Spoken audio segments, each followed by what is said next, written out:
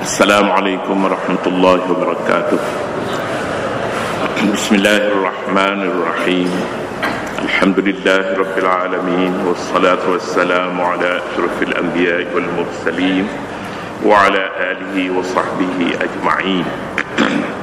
Sila ke muka surat 343, penafsiran ayat 26 hingga 28. أعوذ بالله من الشيطان الرجيم. بسم الله الرحمن الرحيم. وقال نوح رب لا تذر على الأرض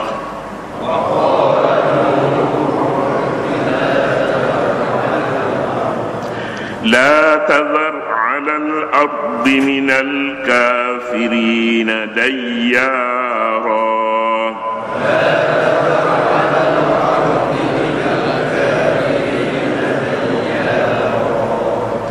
إنك إن تذرهم يضلوا عبادك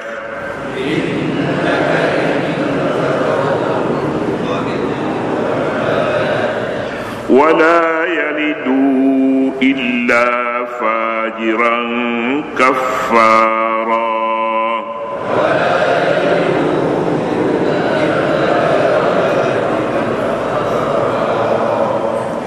رب اغفر لي ولوالدي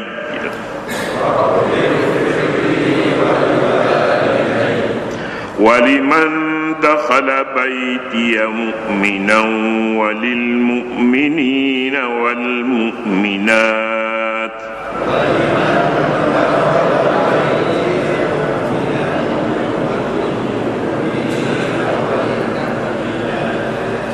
ولا تزد الظالمين إلا تبارا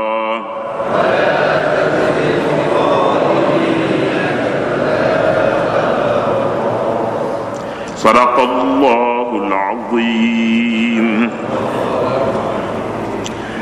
وقال نوح رب لا تذر على الأرض من الكافرين ديارا. Dan Nabi Nuh berdoa lagi dengan berkata, wahai Tuhanku, janganlah Engkau biarkan seorang pun daripada orang-orang kafir itu hidup di atas muka bumi ini. Innaka in tadharhum yudillu ibadak, kerana sesungguhnya jika Engkau biarkan mereka hidup, nescaya mereka akan menyesatkan hamba-hambamu. Wala yalidu illa fajiran kafara, dan mereka tidak akan melahirkan anak melainkan yang berbuat dosa lagi kufur ingkar. Rabbi ighfirli wa liwalidayya wa liman dakhala baitiya mu'mina. Wahai Tuhanku, ampunlah bagiku dan bagi kedua-dua ibu bapaku, serta bagi sesiapa yang masuk ke rumahku dengan keadaan beriman. Walil mu'minina wal mu'minat, dan ampunkanlah bagi sekalian orang yang beriman, lelaki dan perempuan dalam segala zaman. Wala taziduz zalimina illa tabara, janganlah engkau tambahi orang-orang yang zalim selain kebinasaan. Ayat ini merupakan munajat yang terakhir daripada Nabi Nuh alaihissalatu wassalam setelah dakwahnya itu ditolak. Walaupun usia dakwahnya begitu lama, sepatutnya Nabi Nuh dapat meraih lebih ramai orang untuk mentauhidkan Allah Subhanahu wa taala. Tetapi perasaan Nabi Nuh tidak dapat bersabar lagi apabila semakin diseru semakin jauh, dan mereka pulanya bertindak tidak ada adab, tidak beradab. Seharusnya mereka beradablah jika ingin menolak, beradab dengan adab manusia, bukan adab binatang, adab manusia. Jadi Nabi Nuh alaihissalatu wassalam dalam munajatnya yang terakhir ini mintalah supaya bumi ini dibersihkan daripada kumpulan-kumpulan yang derhaka dan kufur itu. Bersihkan bumi ini. Kerana sekali jika mereka itu dibiar hidup, mereka akan beranak, bercucu, bercicit. Mereka beranak, bercucu, bercicit, anak-anak mereka, cucu-cucu mereka dan semua keluarga mereka itu kafir, turut jadi kafir seperti mana bapa mereka. Jadi ini adalah satu kebimbangan daripada Nabi Nuh AS. Jadi kalau begitu, ya Allah, hapuskan mereka, binasakan mereka. Mereka ini dengan kebimbangan yang disebut tadi, katanya ada orang-orang yang dikecualikan. Siapa dia orang itu? Ya Allah, Rabbighfirli wa liwalidayya, wa ampunlah dosaku, dosa dua ibu bapakku, dosa orang yang masuk ke rumahku dalam keadaan beriman, orang mukmin dan orang mukminat. Jangan lagi beri masa yang lama terhadap orang yang zalim itu, binasalah segera mereka. Inilah dia doa Nabi Nuh AS yang terakhir sekali. Yang terakhir, kita lihat apakah doa yang seumpama ini, bagaimana keadaan Nuh. Nuh mengetahui kehendak Allah Subhanahu Wa Taala yang bagaimana, dan bagaimana pula Allah Subhanahu Wa Taala melakukan selepas daripada Nuh berdoa. Kita lihat muka surat 344, katanya berita golongan perosak itu pergi membawa kerosakannya. Kita membawa golongan yang rosak, yakni golongan kufur, golongan penentang dakwah, dia akan bersama-sama kerosakannya. Dia akan membawa mati akhir hayat mereka. Dan ini satu pembersihan dengan cara ini. Tapi bagaimanapun, mohonlah pertolongan kepada Allah Subhanahu Wa Taala terlebih dahulu. 72, 71, 26 ayatnya. Ayat meneruskan lagi bicaranya tentang doa Nabi Nuh alaihissalam yang sangat kecewa dengan sikap kaumnya. Ini yang sangat kecewa. Bolehkah seorang itu berkecewa dalam dakwah? Tidakkah lebih baik seorang berdakwah kemudian serah sajalah kepada Allah Subhanahu Wa Taala? Untuk serah kepada Allah Subhanahu Wa Taala juga satu tauhid yang sebenar-benarnya. Nabi-nabi mempunyai tauhid yang sebenarnya. Mereka menyerah pada Allah Subhanahu Wa Taala jiwa raga mereka. Mereka bekerja dengan ikhlas. Mereka tahu apa yang ada pada Allah dan apa yang ada pada mereka. Jadi oleh kerana itu mereka berdoa, dan mereka harus menyatakan apakah kehendaknya dalam kejadian yang seumpama itu. Ini tidak menjadi sesuatu yang dilarang. Satu. Dan yang kedua, syariat Nabi Nuh alaihissalam tidak boleh kita jadikan syariat bagi umat ini, umat Nabi Muhammad sallallahu alaihi wasallam.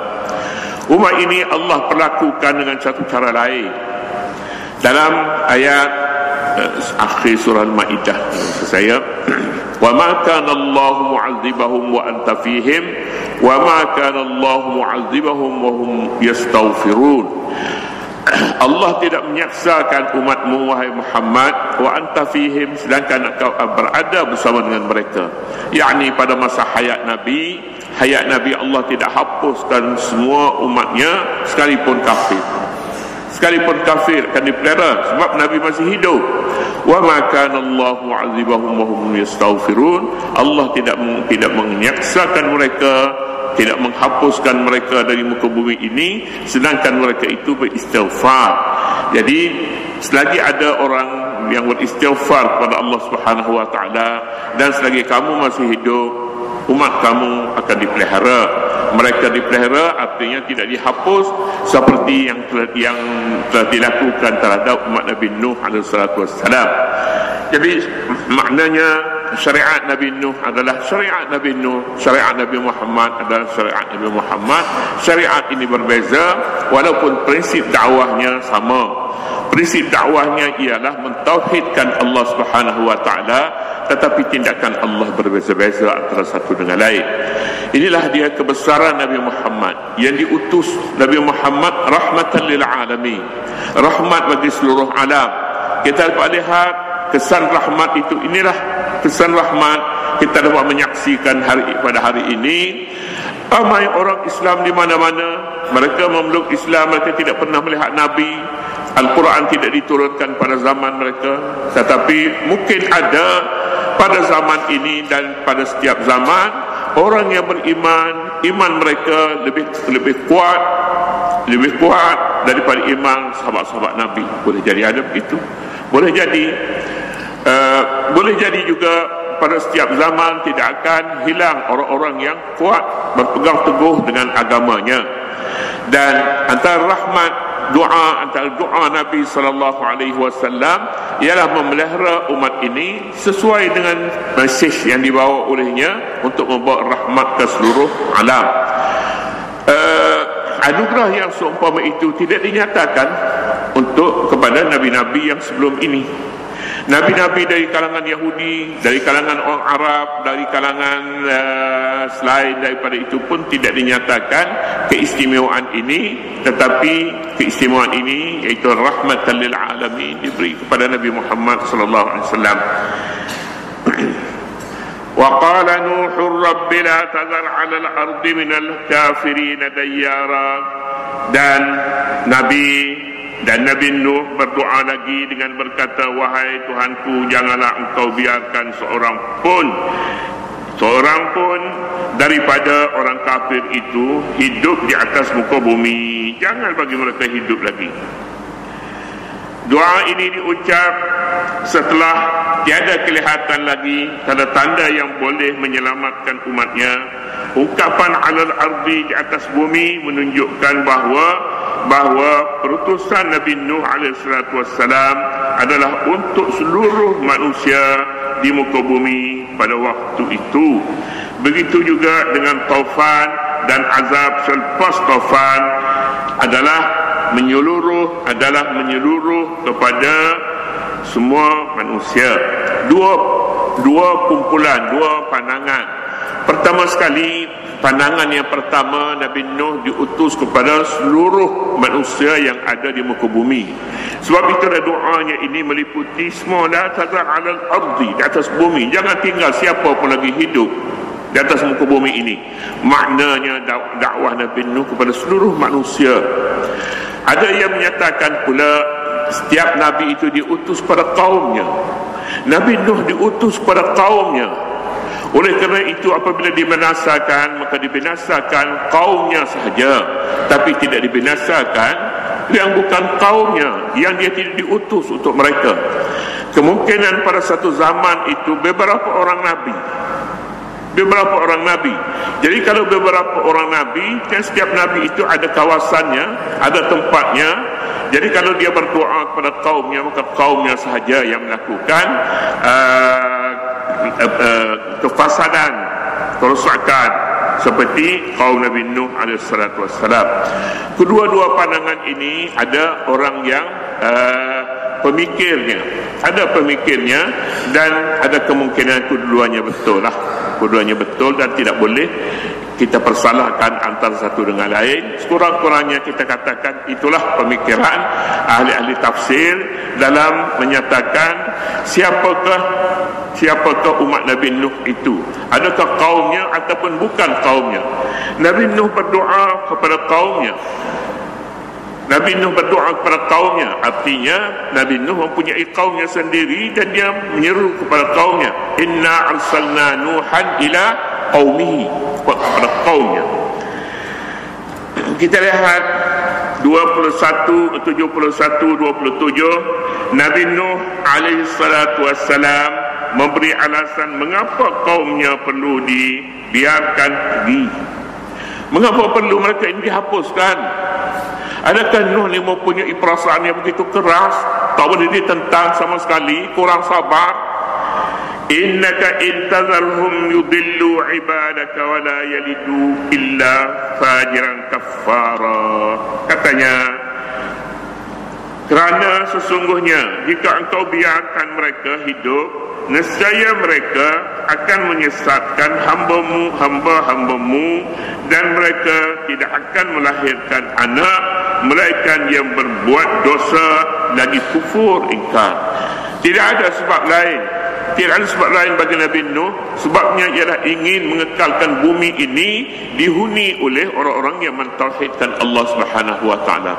Beliau Nabi Nuh alaihi salatu wasallam tidak reda bahawa di bumi ini dicemari dengan dengan penyembah-penyembah berhala, penyembah-penyembah berhala yang kelihatan zamannya bermula penderhakaan yang seumpama ini selepas daripada kewafatan Nabi Adam alaihissalatu wassalam.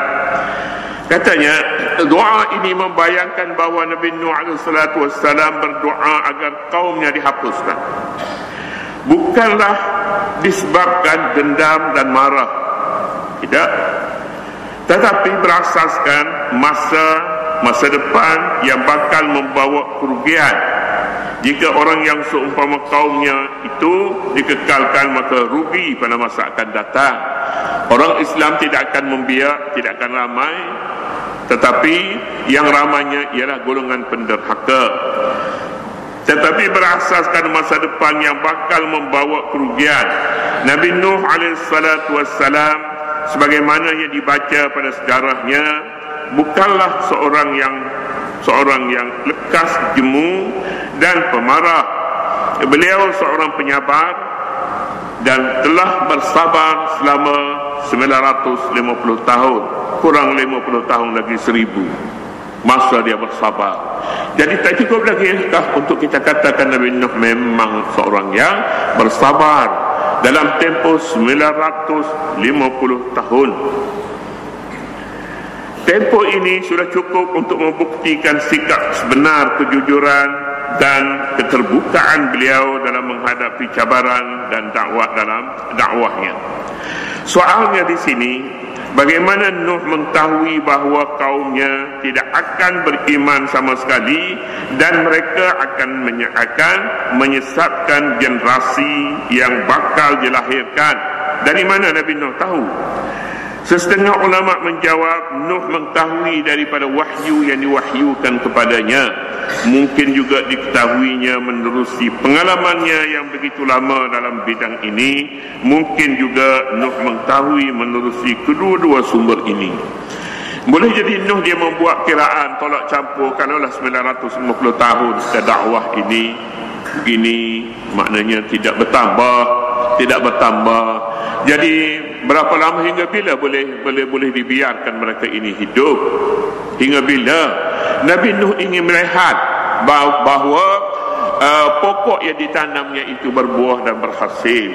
Jadi kalau 950 tahun sudah, maka ini tidak ada guna lagi ini belakang parang ni, kalau asal pun tak tajam ni. Jadi oleh kerana itu buanglah, pakai yang lain. Ya Allah, lahirlah generasi yang lain. Dipahamkan daripada ayat ini bahawa azab ilahi hanya diturunkan mengikut hikmat, kehendak dan takdir ilahi. Allah Subhanahu wa taala Maha mengetahui kalau 950 tahun Allah Subhanahu wa taala boleh menukar dalam masa 50 tahun lagi hingga cukup 1000, sudah cukup masanya mereka akan kembali kepada kebenaran. Allah boleh menukar hati manusia ini dalam satu waktu yang sangat singkat. Muqallibal qulub, antara amal Allah Subhanahu wa taala, antara doa yang kita mohon kepada Allah, yang kita namakan Allah itu muqallibal qulub. Allah yang menukar balikkan segala hati-hati. Allah boleh lakukan dalam masa 1 hari, 2 hari, dalam masa 1 jam, 2 jam, boleh. Tetapi Allah tidak buat demikian, kerana ada hikmatnya yang tidak diketahui oleh manusia. Jadi pendakwah seharusnya mengambil pengajaran bahawa tugas mereka ialah berdakwah, tapi tugas mereka bersabar, kemudian keputusannya serahlah kepada Allah Subhanahu wa taala. Itu satu. Jadi jika Nabi Nuh alaihi salatu wassalam sudah mengetahui keputusan itu melalui wahyu, maka itu satu perkara yang tidak bertentangan dengan doa yang dipohon oleh Nabi Nuh kepada Tuhannya supaya dibinasakan. Mungkin dimaksudkan dengan hambamu ialah sekumpulan kecil orang yang beriman dengan Nuh alaihissalam, dan mungkin juga mereka itu adalah daripada golongan mustad'afin, golongan yang lemah. Boleh jadi juga doa Nabi Nuh ini ia digunakannya ibadak, innaka intadharhum yudillu ibadak. Kalaulah kamu wahai ya Allah, biarkan mereka hidup, mereka akan menyesatkan hamba-hambamu. Hamba-hambamu tu boleh jadi segolongan kecil. Jadi kalau segolongan kecil, menasabahlah. Kalau nak hapuskan semua sekali itu, boleh jadi ada alasan-alasan yang tertentu yang kita juga tidak mengetahui. Tetapi doa Nabi kita sallallahu alaihi wasallam tidak seperti doa Nabi Nuh, kerana masing-masing mempunyai umatnya sendiri dan masing-masing mempunyai syariat sendiri. Alhamdulillah, umat Nabi Muhammad tidak didoakan oleh nabinya supaya dihapuskan. Kalau dihapuskan, barangkali kita pun tak ada. Tok nenek kita dulu pun kita tak tahu. Kita nak mengaku tok nenek kita dulu orang Arab mari. Mana orang Arab mari 2-3 orang yang menyebar dakwah di sini. Yang adanya di sini pada ketika itu, orang yang percaya kepada hantu dan sebagainya, makhluk halus. Jadi kalau begitunya, kita pun baru saja dalam sejarahnya mengenali Islam. Melihat Islam, tok nenek kita dulu kita tak boleh buktikan bahawa tok nenek kita dulu pun sahabat-sahabat Nabi juga. Tok nenek kita dulu Imam Nawawi lagi, imam macam-macam lagi. Kita tak boleh dakwa begitu. Tapi dalam sejarahnya menyatakan kedatangan pendakwah membawa Islam ke Malaysia ini, pada ketika itu rata-rata umat ini tidak beragama Islam. Jadi ini pun satu rahmat yang tidak siapa pun menyangka bahawa Islam boleh datang ke sini dan boleh meninggalkan suatu kesan dakwah yang mempunyai kebebasan hidup seperti mana yang kita saksi pada hari ini. Kemudian ayat Rabbighfirli wa liwalidayya, doa yang terakhir sekali, iaitu doa Nabi Nuh. Kita berhenti sekat itu dan kita akan habiskan pada hari esok. Wallahu subhanahu wa ta'ala a'lam. A'udzubillahi minasyaitonir rajim. Bismillahirrahmanirrahim. اللهم ربنا لا تزغ قلوبنا بعد إذ هديتنا وهب لنا من لدنك رحمة إنك أنت الوهاب. اللهم ارزقنا علما نافعا وقلبا خاشعا وعملا صالحا متقبلا وتوبة مقبولة وتجارة لن تبور. وصلى الله على نبينا محمد وعلى آله وصحبه وسلم والحمد لله رب العالمين.